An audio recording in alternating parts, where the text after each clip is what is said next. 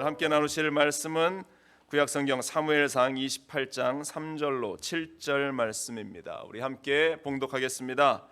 사무엘이 죽었으므로 온 이스라엘이 그를 두고 슬피 울며 그의 고향 라마에 장사하였고 사울은 신접한 자와 박수를 그 땅에서 쫓아내었더라.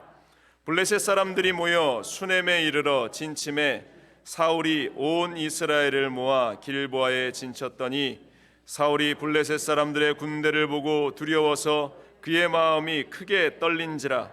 사울이 야훼께 묻자오되 야훼께서 꿈으로도 우림으로도 선지자로도 그에게 대답하지 아니하시므로 사울이 그의 신하들에게 이르되 나를 위하여 신접한 여인을 찾으라. 내가 그리로 가서 그에게 물으리라 하니 그의 신하들이 그에게 이르되 보소서 엔돌에 신접한 여인이 있나이다. 아멘. 우리 인사하시면서 앉겠습니다. 주님의 이름으로 당신을 사랑하고 축복합니다. 마음껏 축복하십시오.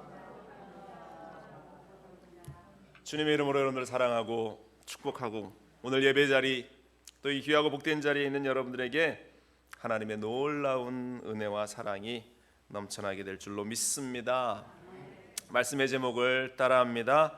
하나님과의 관계가 끊어지면. 다시 고백합니다. 하나님과의 관계가 끊어지면. 이 제목보다 슬픈 말이 없겠죠. 우리의 인생 가운데 하나님과의 관계가 끊어졌다. 지금 우리가 성탄을 준비하는 이 대강절 기간을 우리가 보내고 있습니다. 이 기간 우리는 오직 예수님만을, 물론 이 기간뿐만 아니라 우리의 모든 인생 가운데에 오직 예수님만을 생각하는 그러한 삶을 우리가 살아야 하는데요. 제가 지난 한 주간 이렇게 금식하면서 제가 50평생, 벌써 50이 다 됐네요. 죄송합니다. 우리 어르신들에게 살아가면서 많은 금식의 기간을, 과정을, 또 시간을 하나님께 드렸는데 이번만큼 힘들었던 적이 없어요. 특히 둘째 날 같은 경우에는 머리가 막 너무 깨질 듯 아파가지고 막 정신을 못 차릴 정도로 막 헤매었던 그런 기억이 있는데, 기도하면서 그 고비를 넘기니까 3일째부터 하나님께서 힘주셔서 정말로 거뜬하게 3일째 이후부터는 이러다가는 한 20일도 거뜬히 하겠는데 막 이런 생각까지 들 정도로 하나님께서 많은 힘을 주셔서 또 은혜를 경험한 그러한 시간이었는데요. 그 기간 동안 하나님께서 십자가를 생각하게 하시고 우리 교회를 위해서 기도하게 하시고 하나님의 은혜를 기억하게 하셔서 너무나 감사하게 제가 이 한 주간을 마무리했는데요. 여러분들, 이 대강절 기간을 걸어가는 여러분들에게도 그러한 하나님의 은혜가 경험될 수 있기를 간절히 부탁을 드립니다. 그렇다고 여러분들 모두가 다 금식하며 기도하라는 말씀은 아니고요. 개인적으로 올해가 가기 전에 하나님과 깊은 만남과 다시 한번 그 회복의 시간을 가질 수 있기를. 그래서 나 혼자서는 힘들지만 우리가 함께 모여 기도할 때에 그러한 은혜를 우리가 경험할 수 있을 겁니다. 제가 나중에 우리 2022년도 목표에 대해서 주님께서 주신 마음들을 함께 쉐어할 건데, 2022년도에는 우리 교회가 좀 많이 기도하는 교회가 될 겁니다. 그리고 열심히 모여서 기도하는 그러한 시간을 가지게 될 겁니다. 그를 통해서 하나님과의 우리의 관계가 회복되어지고 우리 영이 살아날 수 있는 놀라운 은혜를 우리가 경험할 수 있는 한 해가 될 수 있을 겁니다. 그런데 중요한 것은 기도하지 않으면 아무런 일도 없다라는 것. 기도하지 않으면 하나님과 아무런 만남도 우리가 가질 수 없다는 것. 기도하지 않으면 우리의 영이 병들어 버리기 시작하면서 하나님과의 관계가 점점 멀어지다가 결국 끊어져 버릴 수밖에 없다라는 사실을 우리는 늘 기억하며 살아가야 할 줄로 믿습니다. 오늘 그 하나님과의 관계가 끊어져 버려서 영이 병들기 시작한 한 사람의 이야기가 오늘 본문의 주제입니다. 사울 왕의 모습인데요. 사울 왕의 경우를 보면서 우리가 하나님과의 관계가 끊어지면 어떠한 증상이 나타나는가 우리 스스로도 점검해 보는 시간을 가지기 원합니다. 먼저 사울이 어떤 사람이었느냐? 성경이 기록하기를 사무엘상 9장 2절에 보면 이런 이야기가 있어요. 기스에게 아들이 있으니 그의 이름은 사울이요 준수한 소년이라. 이스라엘 자손 중에 그보다 더 준수한 자가 없고 키는 모든 백성보다 어깨 위만큼 더 컸더라. 아주 훤칠한 외모를 가지고 있었습니다. 17절에 이렇습니다. 사무엘이 사울을 볼 때에 야훼께서 그에게 이르시되 보라 이는 내가 내게 말한 사람이니 이는 이가 내 백성을 다스리리라 하시니라. 하나님이 이 사울 왕을 선택했다. 10장 10절에 그들이 산에 이를 때에 선지자의 무리가 그를 영접하고 하나님의 영이 사울에게 크게 임함으로 그가 그들 중에서 예언을 하니, 하나님의 말씀을 받아서 예언까지 했던 그러한 외모도 출중하고 집안도 좋은 집안이고 또한 보잘것없는 그러한 모습이 아니라 너무나 탁월한 여러 가지 요소들, 또 그 가운데 하나님이 택하시고 하나님이 능력도 주셔서 많은 사람들한테 예언을 쏟아놓는 그러한 영적인 경험까지 충분히 가지고 있었던 그 사람. 그런데 그가 왕이 되기 시작하면서, 한 자리를 얻기 시작하면서 점점 하나님과의 그러한 관계가 멀어지기 시작합니다. 영의 상태가 병들어지기 시작합니다. 교만해서 다윗을 질투하고 권력을 유지하기 위해서 그가 온갖 악행의 현장 가운데에 서 있기 시작하면서 사무엘의 죽음으로 그 정점을 찍고 있는 모습이 오늘 본문인데요. 오늘 보면 사무엘상 28장 3절의 시작이 이렇습니다. 사무엘이 죽었으므로 라고 오늘 성경이 시작하는데요. 이 구절을 보면 어떻게나마 그나마 사무엘이 살았을 때는 간신히 하나님과의 관계가 유지되어지고 있었던 이 사울이 사무엘의 죽은 그 시점을 통해서 완전히 하나님과의 관계가 단절돼 버리고 있다. 혹여라도 우리의 가족 중에, 우리의 자녀 중에 어머니의 기도로, 아버지의 기도로, 또 때로는 부모님들은 자녀의 기도로, 믿지 않는 부모님들은 간신히 하나님과의 관계가 유지되어지고 있다가 그들이 이 땅에서의 삶을 마치고 떠났을 때에 그 모습이 단절돼 보여서 하나님을 모르는 사람들이 되어버리는 많은 경우를 우리가 보게 되는데, 우리 가운데에는 그런 일이 없게 되기를 간절히 축원을 드립니다. 그렇게 그나마 간신히 하나님과의 관계를 유지하다가 사무엘이 죽으면서 이 관계가 끊어져 버린 이 사울에게 어떠한 모습이 나타나기 시작했는가? 우리가 이 모습을 보면서 나의 상태를 점검하는 오늘 이 시간을 가지기를 원합니다. 첫 번째로 사울의 상태가 어땠냐? 그는 환경을 보면서 두려워지기 시작했다. 성경이 이야기하고 있어요. 성령이 충만한 사람은, 하나님과의 깊은 관계가 있는 사람은 환경의 영향을 받지 않습니다. 오히려 환경을 지배하고 나아갑니다. 다윗의 모습을 보세요. 그가 이 블레셋과 전투하는 이스라엘의 그 환경, 상황 속에서 소년 다윗이 전쟁터에 나갔는데 그의 형들뿐만 아니라 수많은 장정, 이스라엘의 장정들이 벌벌 떨면서 이 블레셋의 골리앗 앞에서 두려워하고 있는 이 모습 속에서 그는 환경을 보지 아니하고 야훼 하나님의 이름을 앞에 내세우면서 호통치며 골리앗을 향해서 달려나가고 있습니다. 사무엘상 17장 45절 이하에 다윗이 블레셋 사람에게 이르되 너는 칼과 창과 단창으로 내게 나오거니와 나는 만군의 야훼의 이름 곧 내가 모욕하는 이스라엘 군대의 하나님의 이름으로 내게 나아가노라. 오늘 야훼께서 너를 내 손에 넘기시리니 내가 너를 쳐서 내 목을 베고 블레셋 군대의 시체를 오늘 공중에 세워 땅에 들짐승들에게 주어 온 땅으로 이스라엘의 하나님이 계신 줄 알게 하겠고 또 야훼의 구원하심이 칼과 창에 있지 아니함을 이 무리에게 알게 하리라.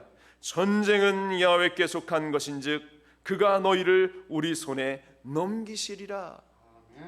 환경을 지배하는 하나님과 그 깊은 관계가 있는 다윗의 모습을 우리는 본받아야 할 줄로 믿습니다. 하박국 선지자는요, 나라가 멸망된다라는 모습, 이 소문 속에서 다리가 벌벌 떨리고 온몸이 후들후들 떨리는 그 현장 속에서 내가 하나님을 찬양하겠다라고 결단합니다. 하박국 3장 16절 이하에 내가 들었으므로 내 창자가 흔들렸고 그 목소리로 말미암아 내 입술이 떨렸도다. 무리가 우리를 치러 올라오는 환난 날을 내가 기다림으로 썩이는 것이 내 뼈에 들어왔으며 내 몸은 내 처소에서 떨리는도다. 그러나 17절에 비록 무화과 나무가 무성하지 못하며 포도나무에 열매가 없으며 감람나무에 소출이 없으며 밭에 먹을 것이 없으며 우리의 양이 없으며 외양간에 소가 없을지라도 나는 야훼로 말미암아 즐거워하며 나의 구원의 하나님으로 말미암아 기뻐하리로다. 그 두려운 환경을 지배하고 다스려 나가는 하나님의 사람의 모습. 초대교회의 그 수많은 박해 현장 가운데에서 죽음을 눈앞에 두고 있었던 그 많은 성도들이 그 죽음의 자리에서 그들이 믿음을 내세우며 고백하고 있는, 예수 그리스도를 고백하고 있는 그들의 모습. 바울과 실라가 빌립보 차디찬 감옥에 갇혀 앉아서 그들이 이 수갑을 차고 앉아 있었던 그때에 하나님을 찬송했던 그 모습. 유라굴로의 큰 광풍 가운데에서 배가 깨어지고 난파되어들 위기 가운데에서 이 사도 바울이 이 300명이나 되는 사람들 앞에서 서서 담대하게 고백하고 있는 그 장면, 사도행전 27장 이하에 이렇습니다. 내가 속한 바 곧 내가 섬기는 하나님의 사자가 어젯밤에 내 곁에 서서 말하되 바울아 두려워하지 말라. 내가 가이사 앞에 서야 하겠고 또 하나님께서 너와 함께 항해하는 자들을 다 내게 주셨다 하였으니 그러므로 여러분이여 안심하라. 나는 내게 말씀하신 그대로 되리라고 하나님을 믿노라. 여러분들에게 이와 같은 믿음이 있기를 주님의 이름으로 간절히 축원을 드립니다. 그런데 오늘 성경에 보니까 이 사울 왕은 사무엘이 죽고 난 후에 혼자서 나라를 다스려야 하는 이 환경, 그 마음속에 그 환경 속에서 그가 믿음을 결단하면서 주변을 정리했던 것 같아요. 그런데 블레셋이 공격해오자 또 마음에 두려움이 다가옵니다. 오늘 본문 28장 3절로 5절에 이렇습니다. 사무엘이 죽었으므로 온 이스라엘이 그를 두고 슬피 울며 그의 고향 라마에 장사하였고 사울은 신접한 자와 박수를 그 땅에서 쫓아내었더라. 블레셋 사람들이 모여 수넴에 이르러 진침해 사울이 온 이스라엘을 모아 길보아에 진텄더니 사울이 블레셋 사람들의 군대를 보고 두려워서 그의 마음이 크게 떨린지라. 사무엘이 죽고 난 다음에 이 사울의 모습이 그럴듯해 보였습니다. 처음 시작은 그럴듯해 보여요. 믿음이 좋은 사람처럼 행동합니다. 온 나라의 무당들, 온 나라의 우상 숭배자들, 온 나라의 점치는 사람들을 다 내어 쫓아버립니다. 사실 그런데 그것만으로는 부족했다라는 것이죠. 더 철저하게 자신의 교만을 내려놓고 회개하고 이제 하나님과 직접적인 관계를 그가 형성하기 시작했어야 하는데, 사실 그의 행동은 하나의 정치적인 액션에 불과해 보입니다. 나중에 뒤에 구절에서 우리가 알 수 있는데요, 그가 했던 우상숭배자들을 내쫓고 무당들을 내쫓았던 것은 결국 하나의 쇼에 지나지 않았다라는 사실이 드러나게 되죠. 그러니 그러한 쇼를 만들어내는 사람이 순간 블레셋이 공격해오는 그때에 마음에 두려움이 다가오지 않을 수 있었겠습니까? 두려움이 다가와서 어쩔 줄 모르고 있는 이 현장. 여러분들, 저와 여러분들의 영적 상태를 가늠하는 첫 번째 시험지는 바로 예상치 못한 상황이 우리 가운데에 다가왔을 때, 그것도 특별히 뭔가 문제의 거리들이 우리에게 다가왔을 때 내가 그 환경을 보면서 두려워하는가, 두려워하지 않는가 하는 그것이라는 것이에요. 갑자기 다가오는 환경 앞에서 스스로 두려움에 휩싸이고 염려가 계속된다면 지금 나의 영적인 상태는, 지금 이제까지 내가 믿어왔던 나의 신앙의 상태는 믿음이 있었던 것처럼 행동했던 것이고, 믿음이 있는 척하는 모습으로 살아왔던 것이고, 그러한 척하는 믿음을 가지고 내가 신앙생활, 교회 다니는 일을 반복해 온 것에 불과했다. 결국 믿음이 좋은 척하면서 내가 교회 안에서 연기하고 있었다라는 것입니다. 사실 솔직히 우리가 이야기해 봅시다. 우리 주변을 우리가 돌아볼 때에 예수 믿는다고 하지만 예수 믿는 척하는 사람들이 얼마나 많은지. 슬픈 이야기지만 이 이민교회 현장 가운데에는 오히려 그런 사람들이 더 많이 보이고 있다라는 안타까움이 저에게 주신 하나님의 마음입니다. 사랑하는 여러분들, 우리의 믿음 생활이, 우리의 신앙 생활이 결코 연기가 되지 않기를 주님의 이름으로 간절히 축원을 드립니다. 하나님과의 관계가 끊어지고 우리의 영이 병들기 시작하면 환경을 보면서 우리는 두려워할 수밖에 없습니다. 그런 증상이 우리 가운데에 만약 나타나고 있다면, 조금의 일로 우리가 두려워하고 있다면, 조금의 일로 우리가 염려하고 있다면 여러분들 나의 신앙 상태를 다시 한번 체크업하시기 바랍니다. 그리고 하나님 앞에 달려나가는 우리가 되어야 할 줄로 믿습니다. 그런데 만일 두려움이 다가와도 내 영적인 상태에 문제가 있구나라는 그러한 생각조차 내 안에 들지 않는다면 그것은 정말로 큰 문제가 있는 신앙이다. 여러분들, 오늘 이 시간 사울 왕에게 다가오는 이 두려움의 요소들을 보면서 스스로를 점검할 수 있는 우리가 되기를 간절히 축원을 드립니다. 두 번째로, 하나님과의 관계가 끊어져 버리면 영이 병든 사람에게 나타나는 그 두 번째 증상은 기도해도 하나님의 뜻을 알 수 없다라는 사실입니다.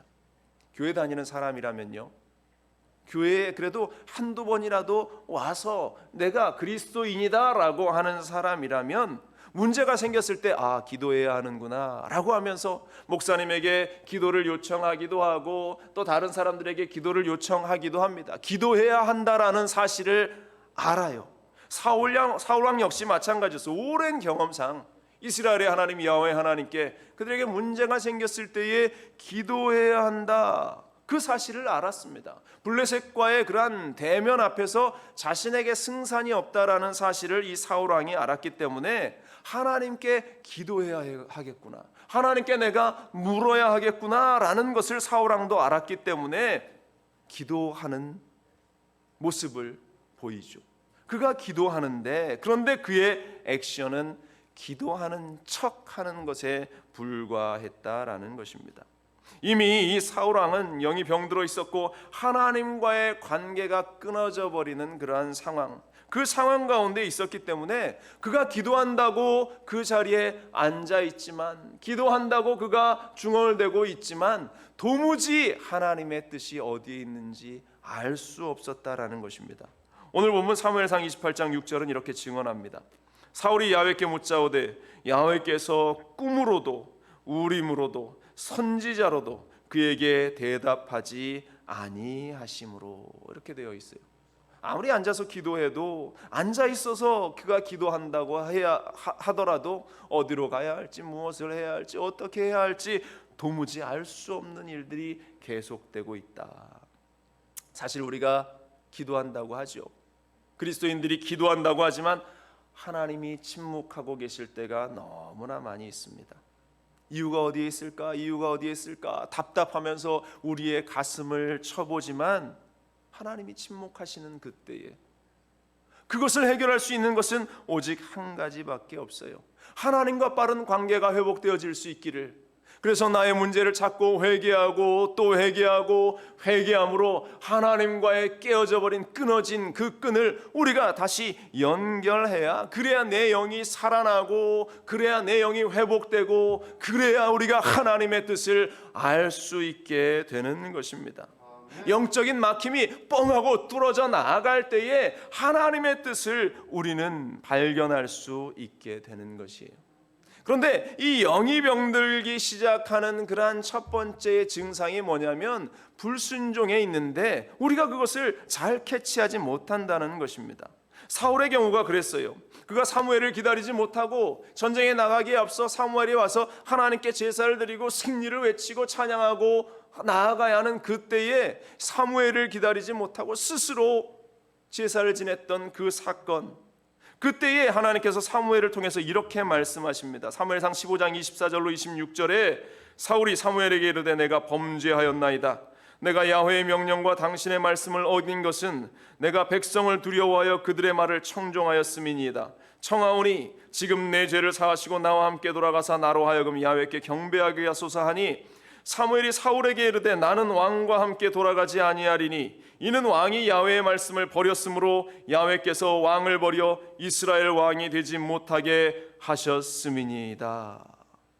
지금 그가 사람들을 두려워해서, 하나님을 두려워한 게 아니라 사람을 두려워해서 하나님께 불순종한 그러한 모습, 그 모습, 바로 이것은 자신은 아니라고 하지만 이미 하나님과 멀어지고 있었던 그 모습이었고 전조 증상이었던 것입니다. 결국 불순종함으로 자신이 먼저 하나님을 버린 꼴이 되어버리고 말았어요.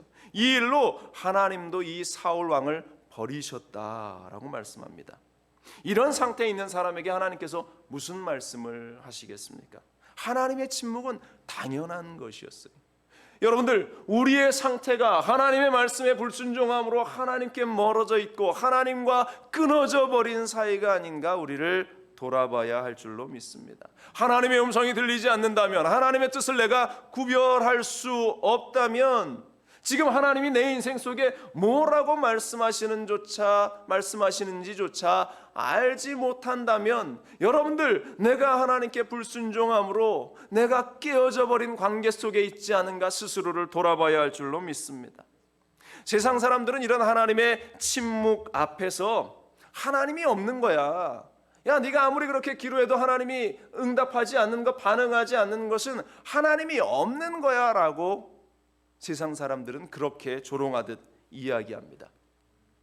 독일의 이 무신론 철학자 중에 잉거솔이라는 그러한 철학자가 있습니다. 얼마나 이 무신론 강연을 열심히 하고 돌아다녔는지 그의 강연을 사람들이 들으면 야, 정말 하나님이 없구나라고 그렇게 여길 정도로 탁월한 언변과 능력을 가지고 무신론 강연을 하면서 신은 없다라고 주장했던 그런 사람인데요, 어느 날도 마찬가지로 그가 강연을 하는 현장 가운데에서 열심히 강연하다가 갑자기 차고 있던 시계를 탁 흘러서 이 테이블에 딱 얹혀놓고 내가 지금부터 5분 동안 하나님을 저주할 겁니다. 하나님에 대해서 도전장을 냅니다. 그러면서 외칩니다. 하나님이여, 나는 당신에게 5분이라는 시간을 주겠소. 나는 5분 동안 당신을 저주할 거고, 만약 당신이 살아있다면 나를 저주한 지금 나에게 이 순간 형벌을 내리시오 라고 하면서 입에 담을 수 없는 그런 말들로 하나님을 막 저주하면서 쏟아내요. 5분의 시간이 지났습니다. 어떤 일이 일어났겠어요? 아무런 일도 일어나지 않았습니다. 그러니까 이 잉거솔이라는 사람이 더 신이 나서, 거봐요 여러분들, 내가 이렇게 5분 동안 맹렬하게 하나님을 욕하고 비난했는데 아무런 일이 일어나지 않습니다. 이것이 바로 하나님이 없다라는 증거입니다 라고 열변을 토하는데, 저기 뒤에서 한 노신사가 두벅두벅 앞에까지 걸어와서 단호한 목소리로 그렇게 반박하며 이야기합니다. 나는 하나님이 계시다고 믿는 한 그리스도인이요, 내가 감히 당신의 연설에 대해서 평가를 한다면 오늘 당신은 하나님이 존재하지 않는다는 사실을 입증한 것이 아니고 단지 당신이 하나님과 아무런 상관이 없는 사람이다라는 사실을 이 많은 군중들 앞에서 증명한 것뿐이요. 내가 믿고 경험한 하나님은 내가 그분을 떠나서 거스릴 때 나를 책망하시고 또 때로는 징계까지 하셨던 분이고, 하나님께서는 그의 자녀를 그냥 잘못된 길로 가게 내버려 두시는 그러한 분이 아니었소. 그런데 오늘 하나님께서는 당신의 그 저주 앞에서 침묵하셨소. 그렇게 침묵하셨다라고 하는 것은 곧 당신이 하나님의 자녀가 아니라는 것이고, 당신이 하나님과 아무런 상관이 없는 사람이다라는 사실을 증명하는 것뿐이었소. 여러분들, 너무나 맞는 일 아닙니까? 우리 하나님의 침묵을 잘 알고 있었던 이 노신사가 한 이야기, 하나님과 우리와 관계없는 사람에게 우리가 훈계를 할 이유도 없고, 우리와 관계없는 사람들에게 우리가 뭔가를 가르치고 선을 행할 이유도 없죠. 하나님도 마찬가지입니다. 하나님과의 관계없는 그러한 사람에게 하나님이 그를 징계 내리실 이유도 없고 하나님이 그를 책망하실 이유도 없어요. 하나님이 우리를 사랑하시기 때문에 우리를 책망하시고 하나님이 우리를 사랑하시기 때문에 때로는 우리에게 질책하시기도 하고 돌아오라 돌아오라 돌아오라 말씀하시는 것이, 하나님과 관계없는 사람에게는 하나님이 침묵으로 일관하신다라는 사실, 결국 그것은 내가 하나님께 버림받은 존재라는 사실에 대한 증명일 뿐이다. 그것을 인정하는 것뿐이다. 그래서 사도 바울은 로마서 1장 28절에 이렇게 이야기합니다. 또한 그들의 마음에 하나님 두기를 싫어하며 하나님께서 그들을 그 상실한 마음대로 내버려 두셨다라고 말합니다. 그리고 합당하지 못한 일을 하게 하셨다. 하나님을 모르는 사람에게 하나님께서 그냥 그들을 내버려 두셨다라고 로마서에도 기록하고 있는 것입니다. 아무런 상관없는 사람들, 영이 병들어 있는 사람들에게는 그들이 기도한다라고 교회에 나와서 앉아있다 할지라도 그들은 하나님의 뜻을 도무지 알 수 없어요. 그리고 선포되는 말씀 앞에서 비난만 쏟아놓고 또한 이 교회를 비판하는 일들 가운데에 서 있을 수밖에 없다. 사랑하는 여러분들 귀에 하나님의 음성이 들리고 있습니까? 예레미야 33장 2절로 3절은 말합니다. 이를 행하시는 야훼, 그것을 만들며 성취하시는 야훼, 그의 이름을 여호와라 하는 이가 이와 같이 이르시도다. 너는 내게 부르짖으라, 내가 내게 응답하겠고 내가 알지 못하는 크고 비밀한 일을 내게 보이리라. 내게 보이리라. 하나님께서 우리에게, 하나님과의 관계 있는 그 사람들에게 기도하면 응답하시겠다, 하나님의 크고 비밀한 일을 보이겠다 말씀하십니다. 여러분들이 기도할 때에 하나님의 음성을 들을 수 있게 되기를 간절히 축원을 드립니다. 하나님의 말씀을 들을 수 있기를 주님의 이름으로 간절히 축원을 드립니다. 세 번째로, 하나님과의 관계가 끊어져 버리면요, 사울의 모습은 이랬습니다. 결국 잘못된 방법을 선택하고 있다라는 것입니다.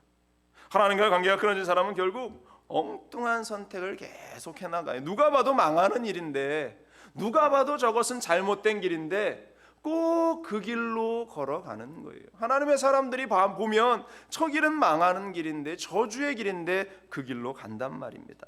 사울의 모습을 보세요. 7절에 사울이 그의 신하들에게 이르되 나를 위하여 신접한 여인을 찾으라.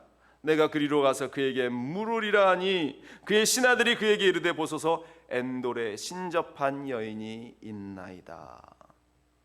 오늘 보면 제일 처음에 28장 3절에 사무엘이 죽은 후에 그가 했던 액션이 무엇이었어요?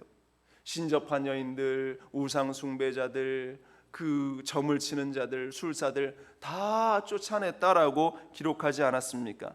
그런데 그가 했던 것이 쇼였다라는 사실이 7절에 여지없이 드러나고 있어요.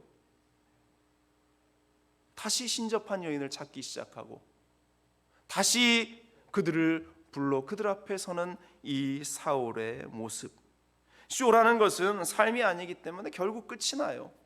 쇼가 뭡니까? 거짓된 모습으로, 자기가 아닌 모습으로 공연을 하는 거잖아요. 쇼를 하는 겁니다. 연극을 하는 겁니다.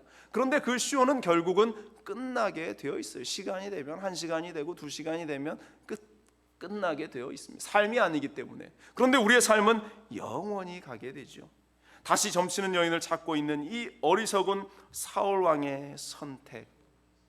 여러분들, 이것이 그리스도인이라고 하고 있는 나의 모습 속에서, 나의 그 삶 가운데에서 똑같이 내 삶 속에 내가 반복하고 있는 어리석은 선택의 모습이 아닌가. 영이 병들어 있는 자들은 결국 멸망으로 가는 어리석은 길을 선택하고 있다. 이스라엘 백성들이 원망하고 불평하다가 광야에서 불뱀에 물려 죽게 되었던 그때에 하나님께서 이 모세의 기도를 들으시고 긴 장대에 놋뱀을 매달아서 그것을 보게 하셨죠. 그때 그것을 본 사람, 믿은 사람은 그 독사에 물려서 죽어가는 그때에 살아나게 되었습니다. 그런데 반면 여전히 놋뱀이 무슨 의미냐, 내가 저걸 쳐다본다고 무슨 삶을 얻을 수 있겠느냐라고 생각하며 결국 잘못된, 고집부리며 잘못된 선택을 했던 사람은 그 순식간에 다 죽음을 맞이하게 됐어요. 민수기 21장 8절로 9절에 야훼께서 모세에게 이르시되 불뱀을 만들어 장대 위에 매달아라. 물린 자마다 그것을 보면 살리라. 모세가 놋뱀을 만들어 장대 위에 다니 뱀에게 물린 자가 놋뱀을 쳐다본즉 모두 살더라. 뭐 그게 어려운 일이라고, 뭐 그게 힘든 일이라고 끝까지 고집 부리던 그 자들이 광야에서 죽었던 이 사건을 우리는 기억해야 할 줄로 믿습니다. 영이 죽어버렸으니까, 하나님과의 관계가 끊어져 버렸으니까 내가 차라리 이 땅에서 내가 죽으면 끝이지, 그것으로 나는 그래 내가 죽고 말겠다, 이러한 고집을 끝까지 꺾지 않고 있는 자들은 영원한 삶에 있어서 그들은 죽음의 길로 걸어 나갈 수밖에 없다. 얼마나 한심스러운 그러한 선택입니까? 여러분들, 그 선택이 우리의 선택이 되지 않기를 주님의 이름으로 간절히 축원을 드립니다. 지난 추수감사 특별 새벽 예배 때 제가 조영기 목사님 간증 가운데 이런 걸 이야기한 적이 있어요. 젊은 시절에 목사님이 이제 전라도 지역에 부흥회를 위해서 이제 주일 예배를 마치고 오후에 기차를 타고 쫙 가는데, 주일 사역을 1부부터 이제 6부까지 예배를 마치고 7부까지 예배를 마치고 기차를 타니까 얼마나 육신이 피곤했겠어요. 그래서 이렇게 창문에 머리를 기대고 이제 주무시면서 졸면서 가는데 성령님이 자꾸 마음에 감동을 주시더랍니다. 마음을 두드려서, 야, 조 목사야, 옆에 있는 사람을 전도해야 된다. 아, 성령님, 저 너무 피곤해요. 그냥 좀 자면서 갈게요. 오늘은 그냥 가면 안 될까요? 자꾸 마음에 이 성령님께서 두드림을 주시고 감동을 주셔서 실눈을 뜨고 옆에 있는 분을 이렇게 쳐다봤더니, 노인이 한 명 앉아 있는데 고집이 엄청 세 보이는 노인이 앉아 있는 거예요. 저 사람한테는 복음을 전해도 들어가지도 않을 텐데, 그런 생각을 하면서 다시 눈을 감으려고 했는데 성령님이 또 마음을 줘서, 그래, 말씀 전하자라고 하면서 대화를 시작합니다. 할아버지 어디 가세요? 아들 만나러 내가 이제 저기 전라도 지역에 갑니다 하면서 대화를 이어가는데, 이제 말 끝에 할아버지 예수 믿으셔야 천당 갑니다 이렇게 했더니 이 할아버지 안색이 갑자기 확 변하더니 버럭 소리를 지르는 거예요. 내가 여태까지 어떻게 살아왔는데 나보러 예수를 믿으라고? 당신 예수쟁이구만 하면서 목사님한테 막 쏴붙이는 거예요. 내 집안이 얼마나 어떤 집안인데 오랫동안 유교를 믿어왔던 그러한 집안이고, 지금 내 아들도 내가 군수 아들 만나러 가는데 군수가 되어서 성공했고, 또 내 둘째 아들은 큰 사업을 하고, 셋째 아들은 대학 교수로, 우리 집안이 얼마나 잘된 집안인데 내가 그깟 예수를 믿어서야 되겠냐 하면서 막 화똥 삶은 목소리로 막 그 좁은 기차 안에서 막 쩌렁쩌렁 소리를 지르래요. 얼마나 창피했겠습니까? 무안에서 거봐요 성령님, 내가 안 한다니까 하면서 다시 조 목사님 눈을 감고 잠을 이렇게 청하는데, 이 할아버지가 한 10여 분 시간이 지난 후에 할아버지가 다시 쪼르륵 옆에 오더니 잠깐 어디 갔다 왔나 봐요. 목사님 옆구리를 콕 찌르더니, 이봐 젊은이, 내가 아까 승질내서 미안하네 그러면서 화 풉시다, 우리 소주나 한잔하고 화 풉시다 그러면서 소주잔을 목사님한테 이렇게 건네면서 소주를 한 잔 따라주더랍니다. 그러니까 목사님이 화가 난 거예요. 내가 목사라고 이야기했는데, 할아버지 내가 목사인데 술을 안 먹습니다 그러면서 술잔을 밀어놓고 치워놓고 다시 잠든 척하면서 이 고개를 돌리고 앉아 있었어요. 한참의 시간이 지났습니다. 기차가 시끌시끌한 거예요. 차장이 뛰어와서 목사님을 흔들어 깨우면서 묻습니다. 옆에 앉았던 손님, 혹시 관계가 어떻게 되세요? 저하고는 아무런 상관없는데요. 그 할아버지가 술이 잔뜩 취해서 화장실 간다고 기차 그 난간의 끝에 갔다가 그만 발을 헛디뎌서 기차에서 떨어져 버리고 말았습니다. 추락하고 말았습니다. 이 말을 이 목사님이 듣고, 내가 더 적극적으로 복음을 전했어야 하는데, 좋은 말로 그 할아버지를 설득하고 그 할아버지가 예수 믿도록 그렇게 권면했어야 하는데, 일생일 때 가장 후회가 되는 사건 가운데의 하나라고 간증하셨던 그러한 기억이 제가 나는데요. 하나님과의 관계가 끊어져서 영이 병든 사람은 하나님의 사람들의 말에 귀를 기울이지 않습니다. 죽어가는 길이라는 것을 알면서도 끝까지 고집대로 잘못된 길을 선택하고 만다. 그래서 이사야서 53장 6절은 우리는 다 양 같아서 그릇 행하여 각기 제 길로 갔거늘, 이렇게 이야기하고 있어요. 그릇 행하는 그 길인데, 각자의 길인데 그 길을 걸어갔다. 주님이 우리를 위해서 고난의 길을 가셨음에도 자기 마음대로 살려고 하는 것이 바로 우리 인생들이다라는 사실. 그런데 그 잘못의 선택은 결국 멸망의 길이고, 이 땅에서 죽으면 끝나버리면 다행이겠지만 그 멸망의 길은 영원한 길에 대한 선택이기 때문에 너무나 안타까운 것입니다. 결국 오늘 본문의 사울왕의 마지막은 어떻습니까? 그 길보아 전투에서 비참하게 칼을 맞아 죽고 그의 모든 아들들도 죽어버리게 되는 그 안타까운 일들. 그렇게 너무나 멋지게 역사의 무대에 등장해서 너무나 많은 것을 가지고 있었고 너무나 훌륭한 상황 가운데 있었던 그의 마지막은 결국 하나님과의 관계가 끊어져 버림으로 말미암아서 모든 것을 잃어버리는 비참한 최후를 맞이하게 되었다. 사랑하는 여러분들, 이 모습이 우리의 모습이 되지 않기를 간절히 축원을 드립니다. 우리는 하나님과 관계 있는 자들이 되어야 합니다. 하나님의 사랑받는 자들이 되어야 할 줄로 믿습니다. 불가능한 환경이 다가왔다 할지라도 믿음으로 우리는 그 두려움을 이겨내고 승리하는 자들이 되어야 할 줄로 믿습니다. 가능케 하시는 그 하나님을 바라보는 자들이 되어야 할 줄로 믿습니다. 기도하면서 우리 주 예수 그리스도의 마음을 알고 이 땅을 살아나가는 우리가 되어야 할 줄로 믿습니다. 그 하나님의 말씀에 순종하고 겸손함으로 서 있는 자들이 되어야 할 줄로 믿습니다. 그를 통해서 제대로 된 길을 선택하고 축복의 길을 이 땅에서 걸어 나아가는 우리들이 되어야 할 줄로 믿습니다. 우리 하나님께서 우리에게 사울왕의 길을 가지 말라고 오늘 말씀하십니다. 주님께서 여러분들의 길을 책임지실 줄로 믿습니다. 여러분들의 삶을 책임지실 줄로 믿습니다. 하나님과의 관계가 끊어진 삶이 아니라, 영이 죽어버린 인생이 아니라 하나님과의 관계가 착 달라붙은 인생, 영이 살아서 하나님의 마음을 늘 잘 알고 이해하고 따라 나가는 인생, 그러한 인생이 저와 여러분들의 인생이 될 수 있기를 주님의 이름으로 간절히 축원을 드립니다. 기도하겠습니다. 사랑의 하나님, 정말로 우리의 삶 가운데에 하나님의 마음을 알고 그 길을 따라 나갈 수 있는 영이 살아있는 주의 백성들이 될 수 있게 도와주시옵소서. 죽은 영으로 하나님과의 관계없는 자다, 하나님이 침묵하시는 자리에 있는 우리가 되지 않게 하시옵소서.